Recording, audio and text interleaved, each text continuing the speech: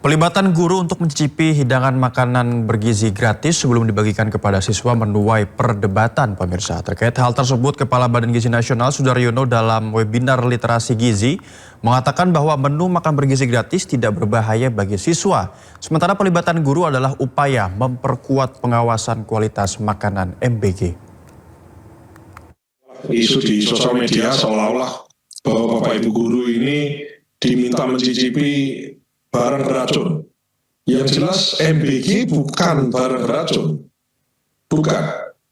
Ada betul di 1-2 hari itu ada satu kejadian, 2 kejadian yang keracunan itu kami secara tegas kami tindak, dan kami sekarang ini sedang memperlakukan sertifikasi layak higienis dan sanitasi. Kemudian kami cek, kami lakukan perubahan. Ya, terus masuk dari fungsi pengawasan, dari fungsi sistem, dari fungsi keterbukaan publik, dari fungsi keterlibatan publik dalam mengawasi dapur-dapur. Namun, kalau bukan kok berarti kemudian kami ini membagikan sesuatu yang, mohon maaf, beracun. Bukan, karena kalau kita hitung dari porsi yang sudah kita berikan, gitu ya, itu artinya sebetulnya Presiden Prabowo Subianto mengungkapkan kekesalannya kepada para pelaku korupsi MBG. Prabowo menilai para pelaku korupsi MBG adalah orang-orang yang tidak memiliki nilai kemanusiaan. Mereka yang mau korupsi dari makan untuk anak-anak ini adalah orang-orang biadab. Ini adalah orang-orang yang tidak pantas kita hormati. Menurut saya ini sudah sama sekali tidak ada nilai kemanusiaan. Nilai tambah.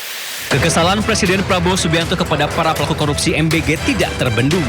Menurutnya, selain tidak pantas dihormati, pelaku korupsi MBG adalah orang-orang biadab. Tidak hanya itu, Prabowo menilai para pelaku korupsi MBG adalah orang-orang yang tidak memiliki nilai kemanusiaan.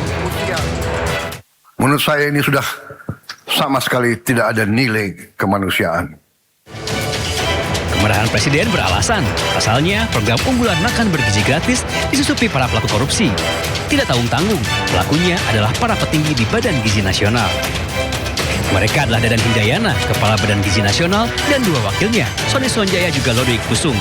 Ketiganya disebut terlibat praktek jual beli titik dapur MBG hingga penjualan food tray. Belakangan, Kejagung juga menetapkan 4 tersangka lain dari pihak swasta, termasuk 1 orang jenderal polisi.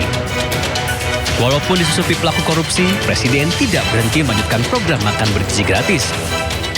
Presiden lalu melantik Nani Estiang sebagai Kepala Bagian baru. Setelah Nani mengundurkan diri, kini Badan Gizi Nasional dinakodai pimpinan baru, yakni Sudaryono. Tim Liputan iNews melaporkan. Ya, masih soal kebakaran pemirsa, sebuah dapur SPPG di Desa Medale, Kabupaten Mojokerto meledak dan terbakar. Atap bangunan roboh dan 3 karyawan SPPG terluka. Kebakaran terjadi di SPPG Desa Medali, Kecamatan Puri, Kabupaten Mojokerto, Jawa Timur. Api terlihat di atap dan bangunan ambruk menimpa mobil SPPG yang terparkir. Sebelum terbakar, sempat terdengar suara ledakan dari dapur yang diduga berasal dari tabung gas LPG. 1 karyawan mengalami luka bakar dan 2 lainnya terluka ringan dievakuasi ke rumah sakit. Saat kejadian, ketiga korban sedang persiapan membuat menu MBG. 1 jam kemudian, api dapat dipadamkan. Api menyembur ke atas, dawak gitu. Ya, percikan api. Itu kira-kira penyebabnya apa tuh, Pak? Katanya, Pak? Katanya tadi menurut yang kerja sini, tabung gas. Informasi yang kami dapat 3 orang. Kondisinya kemudian? 1 itu ada luka bakar sekitar 50%, sedangkan yang 2 luka ringan. Sementara itu, tim Inafis Polres Mojokerto yang datang ke lokasi langsung memasang garis polisi dan menutup dapur SPPG. Tim Inafis dan polisi melakukan penyelidikan. Dari Kabupaten Mojokerto, Jawa Timur, Solahuddin, iNews melaporkan. Pemirsa, ratusan orang berunjuk rasa di depan kantor produser minuman keras di Cengkareng, Jakarta Barat usai viralnya kasus tantangan hafalan surat Al-Quran berhadiah miras. Mereka menuntut proses hukum kasus ini dikawal hingga tuntas.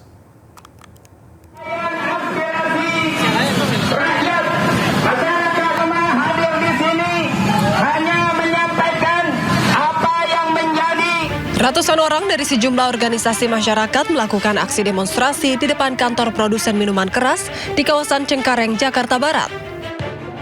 Hal ini dilakukan usai kasus viralnya tantangan hafalan surat Al-Quran berhadiah miras dalam festival musik.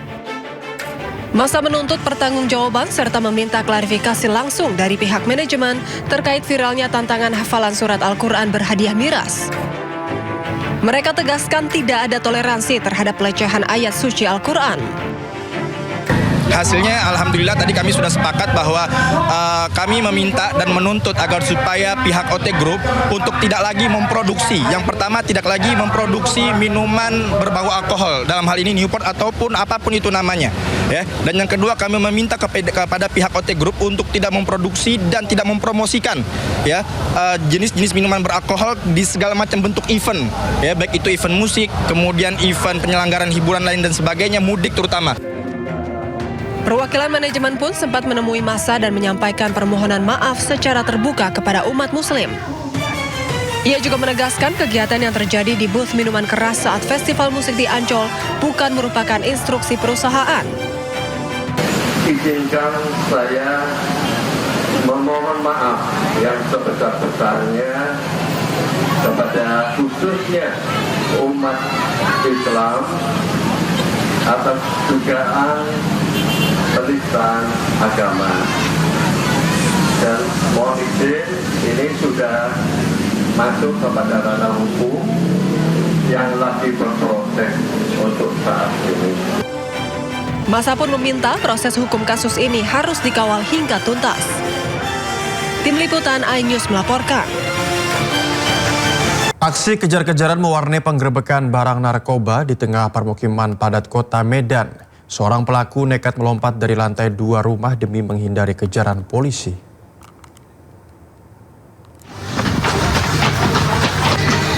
Lorong-lorong sempit di kawasan Jalan Badur Medan mendadak gempar saat tim Satres Narkoba Polrestabes Medan menggerebek rumah yang diduga menjadi tempat transaksi narkoba. Menyadari kedatangan petugas, para pelaku kocar-kacir menyelamatkan diri, bahkan salah satunya nekat melompat dari lantai 2 rumah. Namun usaha ini sia-sia karena pelaku langsung jatuh di lokasi yang sudah dikepung polisi.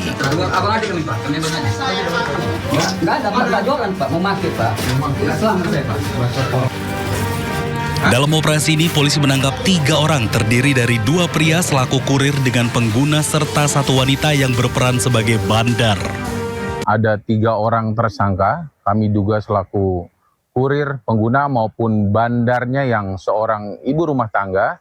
Barang bukti yang kami amankan itu 3 paket sabu-sabu yang siap pakai maupun siap edar, sejumlah uang, ada bong, ada timbangan, alat komunikasi, alat hisap sabu, dan beberapa pot dalam hal ini.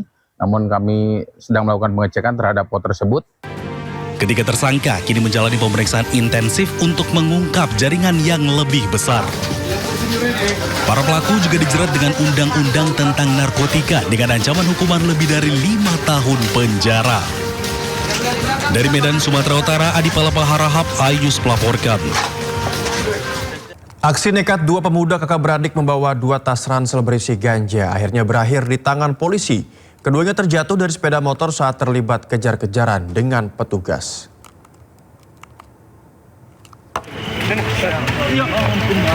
Dua pemuda jatuh dari sepeda motornya saat menghindari kejaran polisi di Jalan Merdeka, Panyambungan, Mandailing Natal, Sumatera Utara, Kamis malam. Saat digeledah di dalam tas ransel yang mereka bawa, petugas menemukan 30 kg ganja kering. Kedua kakak beradik ini akhirnya dibawa ke kantor polisi untuk menjalani pemeriksaan. Di hadapan petugas, mereka mengaku hanya bertindak sebagai kurir yang disuruh seorang bandar asal Padang, Sumatera Barat untuk menjemput ganja ke Mandailing Natal. Mereka mengaku belum menerima upah, namun dijanjikan akan mendapatkan uang Rp1 juta untuk setiap kilogram ganja yang dibawa. Ini upah berapa? Upah belum ada disebut bang. Kalau jalan dikasih 1.000, dikirim 500 dulu. Transfer? Iya. Dijanjikan nggak berapa? 1.000 bang. Polisi masih mengembangkan kasus ini guna menangkap pemilik ganja dan pemesannya. Atas perbuatannya, kedua pelaku terancam 20 tahun penjara dijerat dengan Undang-Undang Narkotika. Dari Mandailing Natal, Sumatera Utara, Ahmad Hussein Lubis, iNews melaporkan.